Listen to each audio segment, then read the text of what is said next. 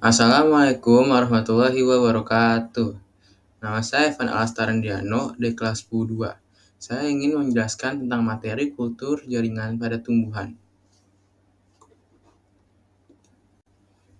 Yang pertama ada topik pembahasan, yaitu yang pertama ada tujuan, yang kedua dasar teori, yang ketiga alat dan bahan, yang keempat ada langkah-langkah, yang kelima ada eksperimen, yang keenam pembahasan atau hasil, yang ketujuh keunggulan atau kekurangan, dan yang terakhir yang ke-8 adalah itu kesimpulan. Yang pertama ada tujuan. Tujuan utama dari teknik kultur jaringan adalah untuk memperbanyak tanaman dengan memanfaatkan bagian vegetatif tanaman dan memproduksi bibit secara massal dalam waktu singkat. Tujuan lain dari kultur jaringan adalah untuk membiarkan bagian tanaman dalam ukuran yang sekecil-kecilnya sehingga menjadi beratus-ratus ribu tanaman kecil atau klon, dan untuk menghasilkan kalus banyak-banyaknya agar dapat menghasilkan metabolit sekunder. Yang kedua ada dasar teori. Kultur jaringan berasal dari kultur yang artinya budidaya dan jaringan artinya sekelompok sel yang memiliki bentuk dan fungsi yang sama. Kultur jaringan atau tisu kultur adalah sebuah teknik memperbanyak tanaman dengan cara mengisolasi bagian tanaman, kemudian menumbuhkan pada media buatan yang kaya nutrisi dan zat pengatur tumbuh secara aseptik atau steril di dalam wadah tertutup yang tembus cahaya, sehingga bagian tanaman dapat memperbanyak diri dan bergenerasi menjadi tanaman lengkap. Sejarah perkembangan awal teknik kultur jaringan berdasarkan teori totipotensi yang ditemukan dua ilmuwan asal Jerman, yaitu Matthias Jakob Sheldon dan Theodor Schwann pada tahun 1838. Keduanya mengungkapkan pada prinsipnya set tumbuhan yang memiliki potensi otonomi untuk tumbuh dan bergenerasi menjadi suatu tanaman lengkap bila ditumbuhkan dalam kondisi yang cocok. Yang ketiga ada alat dan bahan. Alat yang pertama yaitu LAFC atau Laminar Airflow Cabinet, lengkap dengan lampu Bunsen. Yang kedua ada petri dish dan botol kultur. Yang ketiga, ada peralatan diseksi, seperti pinset besar atau kecil dan pisau pemes. Yang kedua, di bahan ada yang pertama, explant tanaman wortel. Yang kedua, media kultur. Yang ketiga, alkohol 96%. Yang keempat, aquadesteril. Yang kelima, ada spertus. Dan yang terakhir ada Clorox atau Sunclean. Nah, di sini ada langkah-langkah dan eksperimen. Pada gambar ini ada kultur jaringan pada wortel. Tahap pertama yaitu membuat media tumbuh. Media yang dipakai ini jadi faktor penentu apakah kultur jaringan akan berhasil atau tidak. Media tumbuh ini terbuat dari agar dengan campuran garam mineral yang berisi unsur makro dan mikro, asam amino, vitamin, serta zat pengatur tumbuh. Semua itu kita taruh menjadi sebuah wadah yang sudah disterilisasi agar tidak terkontaminasi.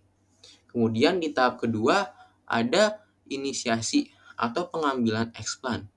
Explant ini adalah bagian kecil dari tumbuhan induk yang akan dikembangbiakan pada teknik kultur jaringan untuk menjadi tumbuhan baru. Beberapa bagian yang bisa kita pakai yaitu ujung akar, yang kedua ada ujung batang, dan yang tiga itu ada kambium tanaman. Karena mereka mempunyai sifat totipotensi. Totipotensi itu apa? Totipotensi adalah kemampuan sel tumbuhan berkembang menjadi tumbuhan baru yang utuh. Tumbuhan yang menjadi sumber explant kita harus dicuci terlebih dahulu. Kemudian kita potong kecil-kecil. Kemudian lanjut ke tahap ketiga, yaitu tahap multiplikasi. Explant yang sudah diambil tadi ditanam ke media yang sudah disiapkan untuk dimasukkan ke inkubator. Nantinya dia akan berkembang menjadi kalus. Kalus adalah masa sel tumbuhan yang belum terdiferensiasi. Lalu, kalus dipindahkan ke medium baru biar bisa terus berkembang menjadi planet atau tumbuhan kecil yang sudah memiliki akar dan daun. Kalau sudah menjadi planet, mereka akan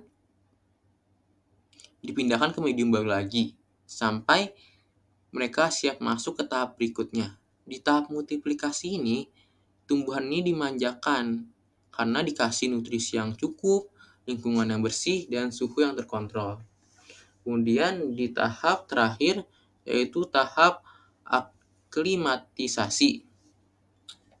Pada tahap ini, tumbuhan dipindahkan ke greenhouse agar mereka bisa beradaptasi dengan dunia luar. Ibaratnya aklimatisasi itu kayak masa orientasi gitu untuk tanaman. Baru biar mereka nggak kaget waktu pindah dari lab di mana mereka dimanja terus dan sekarang bertemu dengan dunia benerannya dan tumbuhlah jadi tumbuhan dewasa. Nah, di sini ada keunggulan dari kultur jaringan pada tumbuhan. Yang pertama itu tidak membutuhkan lahan yang luas. Yang kedua itu ada tanaman yang dihasilkan memiliki sifat yang sama dengan induknya. Yang ketiga, bisa menghasilkan bibit dalam jumlah yang banyak dalam waktu yang singkat. Di sini ada kekurangan dari kultur jaringan. Itu yang pertama itu adalah memerlukan biaya yang tinggi karena memerlukan alat-alat yang harganya termasuk mahal lah. Yang kedua ada memerlukan keahlian yang khusus dan pengalaman. Terus yang ketiga ada risiko kegagalan dalam produksi.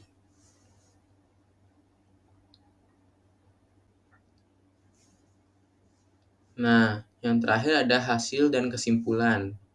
Dari hasil eksperimen tersebut, kita dapat menyimpulkan bahwa teknik kultur jaringan dapat meregenerasikan sel tanaman yang telah direkayasa genetiknya menjadi tanaman transgenik dan memperbanyak tumbuhan langka atau tumbuhan yang hampir punah.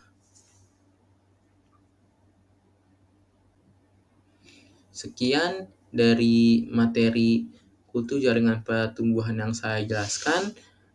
Mohon maaf kalau ada salah kata. Wassalamualaikum warahmatullahi wabarakatuh.